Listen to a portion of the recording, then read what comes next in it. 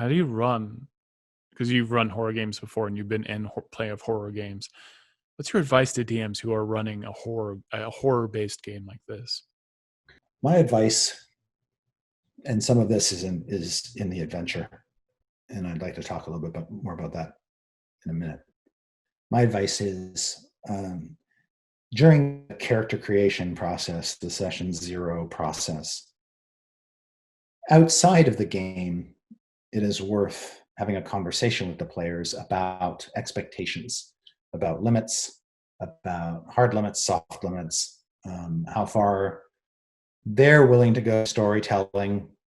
Just lay it out on the table that this story does have some modern horror tropes in it, and just have an honest discussion about what makes people comfortable, what makes people uncomfortable, because the most important thing, even in a game featuring horror, is to remember it's a game that people are supposed to leave having fun, and you want them to come back the next week and have even more fun.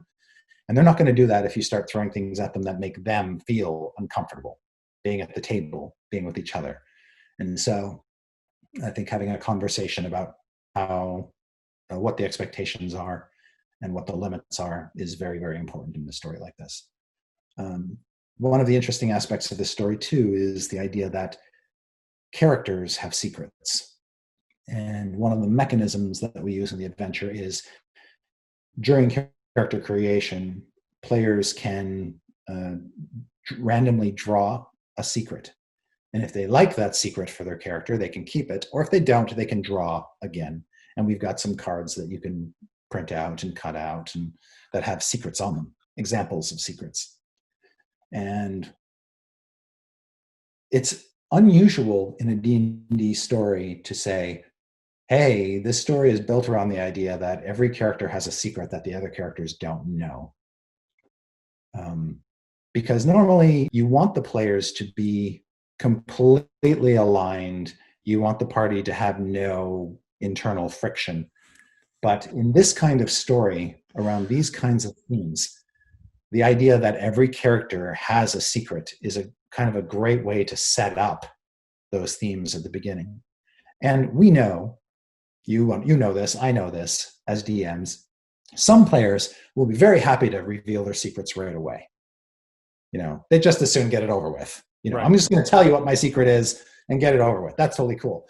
But then there's the other player on the other side of the spectrum who will guard their secrets till forever if they can and never share them. And so just the dynamic at the table of, I know something you don't know, or there's something about my character you don't know, creates a dynamic that's very, very interesting for this particular story. Now, some of the secrets that are contained within the manuscript are benign. They won't cause the party to break into a million pieces. But there are some secrets that, were they to be revealed, might change something about the party, or might force the party to have to pivot in an interesting way to wrangle with this information. And it's all built in. I love the idea of everyone starting out with a secret. It's almost like House on Haunted Hill kind of stuff of just like. Very much so, very much so. And some of the secrets are designed, well, actually most of the secrets are designed to have built-in hooks to other parts of the story. So if you have this secret, it may benefit you in some way in this part of the story when you come to this moment. If you have this secret, it may hinder you in some way when you come to this other part of the story. So they're not only tied thematically, but they're actually tied to other aspects of the adventure, other individuals, other places. Mm-hmm. I can give one away if you like. No, I don't want you. I don't want you have to do that. I don't want you to have to do that. Yeah. Only if you want to. But there are enough secrets in here that giving one away wouldn't spoil it. But that's fine. I won't say. Say. Everyone's like, Todd, why did you failed? I have my favorites. I think some DMs will have their own.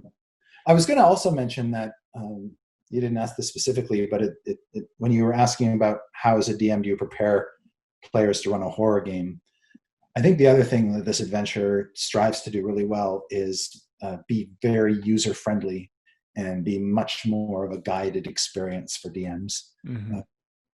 We're really looking in this adventure, like Icewind Dale is its own self-contained mini campaign setting, very much like Barovia was in Curse of Strahd.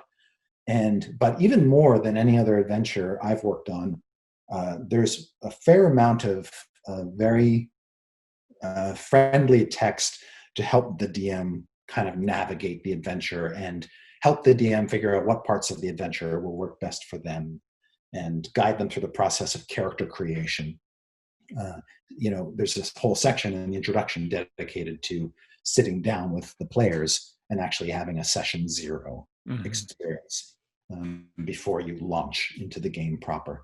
There are 2 starting quests specifically designed to ease DMs in, and you choose which one you want to use. One is more combat focused and one is not.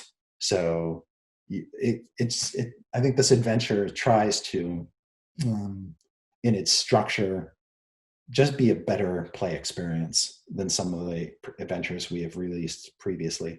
It just shows that we're kind of paying attention and improving the user interface, as it were. It's good to be very kind before you send everyone into the horrors of the ice to them. It's like you're putting on the players little booties and their gloves and their big parka, and then you send them out into the frozen wastes. That's the other thing too, is there's the way the adventure is structured. It starts off very you're kind of in a protected place with the 10 towns. But then eventually you just keep expanding outward. And the deeper you get into Icewind Dale, you realize just how much more horrible things can get. And the secrets out there that you discover are much more impactful and terrifying. I cannot wait. Pre-order Icewind Dale, Rime of the Frostmaiden now on D&D Beyond. And get exclusive pre-order rewards, including digital dice.